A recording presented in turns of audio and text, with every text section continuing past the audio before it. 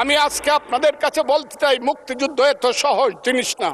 আপনি যে এখানে বসে আছেন, আপনি যে সালুটি করে যুদ্ধ করেছিলেন 4 দিন, কত লোক মারা গিয়েছে, কত সন্তান শহীদ হয়েছে, একটা বন্দুকের আওয়াজ, একটা কামানের আওয়াজ সিলেটে হয়েছে, আর আমি ময়মনসিংহে বসে সেই আওয়াজটি শুনেছি। আখাউড়াতে সেই নদীতে যে যুদ্ধ হয়েছে, যে যুদ্ধে নেতৃত্ব দিয়েছে খালেদ মুশাররফ, হায়দারেরা, সেই শব্দ আমার বাড়ি থেকে 100 কিলোমিটার দূরে সেই শব্দ আমি শুনেছি। ওই যে ধানুয়া কামালপুরে কর্নেল তাহেররা যুদ্ধ করেছে, সেই যুদ্ধের সংবাদ শব্দ আমি কিশোরগঞ্জ থেকে শুনেছি। 11টা সেক্টর ছিল। 1 নম্বর সেক্টর কমান্ডার জিয়াউর রহমান, 2 নম্বর খালেদ মুশাররফ। জিয়াউর রহমান যখন ব্রিগেড কমান্ডার হলেন, তখন কমান্ডার হলেন সেইখানে। ওই ফেনীর যুদ্ধ, জাফর ইমামদের আজকে যাই করুক তারা, বিলুনিয়ার যুদ্ধ তো আমরা বলবো না। 2 নম্বর সেক্টর কমান্ডার খালেদ মুশাররফ হায়দার, 3 নম্বর সেক্টর কমান্ডার শফিউল্লাহ, 4 নম্বর সিআর দত্ত, 5 নম্বর মীর শৌকত আলী, 6 নম্বর MK বাশার, 7 নম্বর কাজী নুরুজ্জামান, 8 নম্বর MA মঞ্জুর, 9 নম্বর MA জলিল, এবং সর্বশেষ 11 নম্বর হইল কর্নেল তাহের, যার পা চলে গিয়েছিল।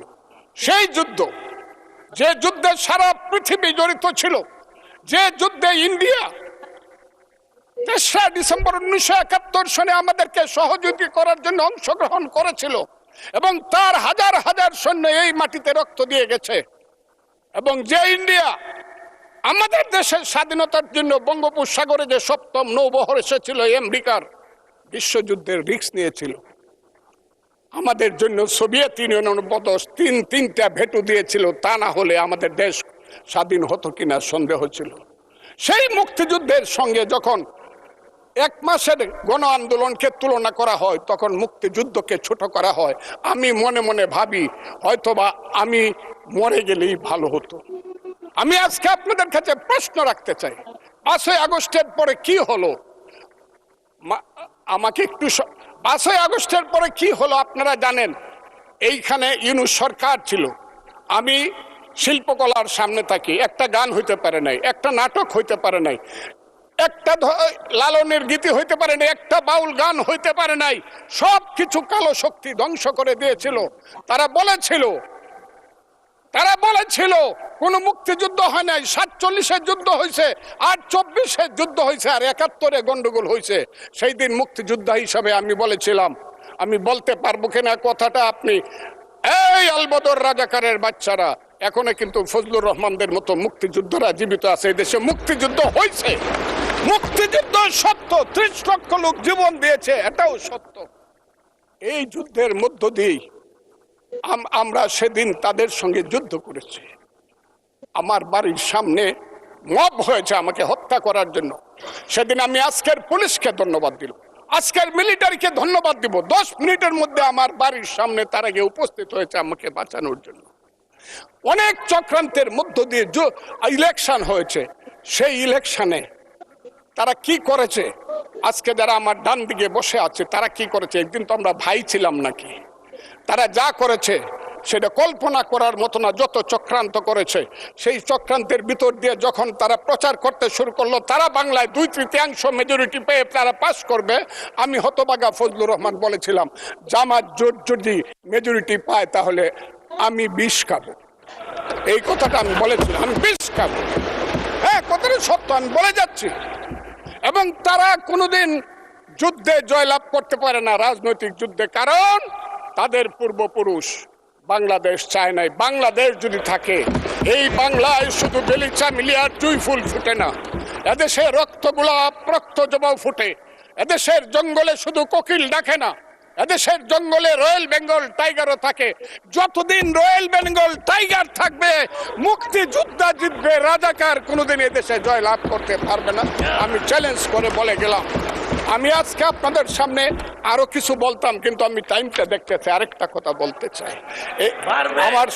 আমি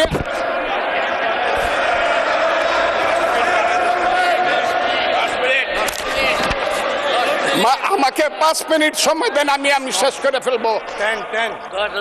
আমি আজকে আপনার সামনে শুধু বলতে এসেছি, মাননীয় সদস্য, আরো 3 মিনিট দেওয়া হলো আপনাকে। আমি বলতে এসেছি হ্যাঁ, আমার বক্তব্যের পরে বলবে আমরা কি মুক্তিযুদ্ধ করি নাই।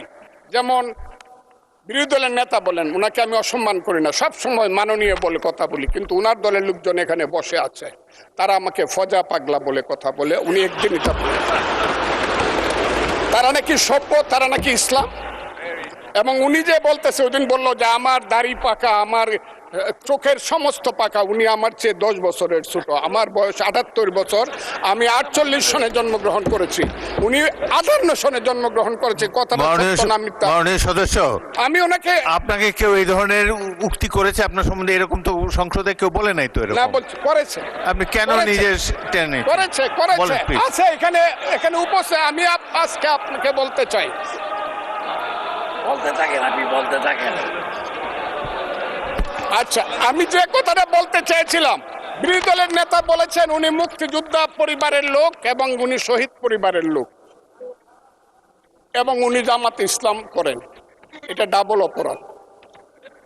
মুক্তিযোদ্ধা পরিবারের লোক কেউ জামাত করতে পারে না। আর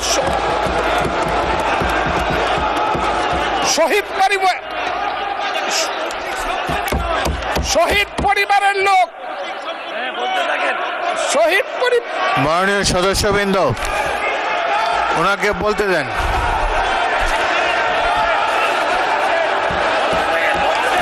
শহীদ মাননীয় পরিবারের লোক, সদস্যবৃন্দ, অর্ডার অর্ডার, শহীদ আপনারা পরিবারের শৃঙ্খলা লোক। রক্ষা করুন। কেউ মাননীয় জামাত সদস্যবৃন্দ, সংসদে শৃঙ্খলা রক্ষা করুন। মাননীয় শহীদ সদস্য পরিবারের ফজলুর লোক। রহমান, আমি ঠিক আপনি আছে, শেষ করুন, ওনারা কষ্ট পাইতেছেন তো। বক্তব্য শেষ করুন। আমি আবারও বলে রাখলাম, শহীদ পরিবারের লোক তো জামাত করতেই পারে না, আর জামাত করলে ডাবল অপরাধ করতেছে।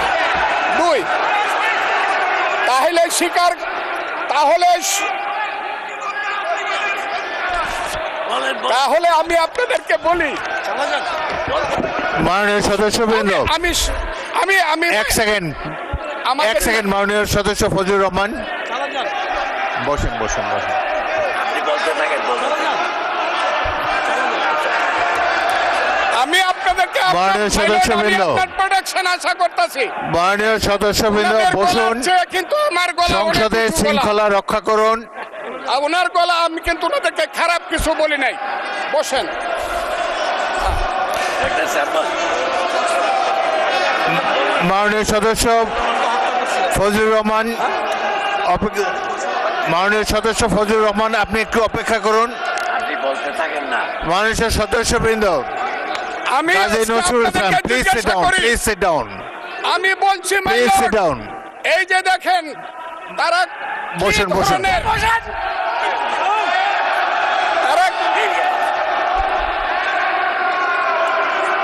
তারা কি ধরনের আচরণ করছে। আচ্ছা, আজকে তাদেরকে মাননীয় জিজ্ঞাসা করি, সদস্যবৃন্দ, তাদেরকে আমি মাননীয় তাদের সদস্যবৃন্দ জানতে চাই, একটু মনোযোগ তাদের দিয়ে আমার পূর্বপুরুষ- কথাটি শোনার চেষ্টা করুন। বসেন, ভাইয়া।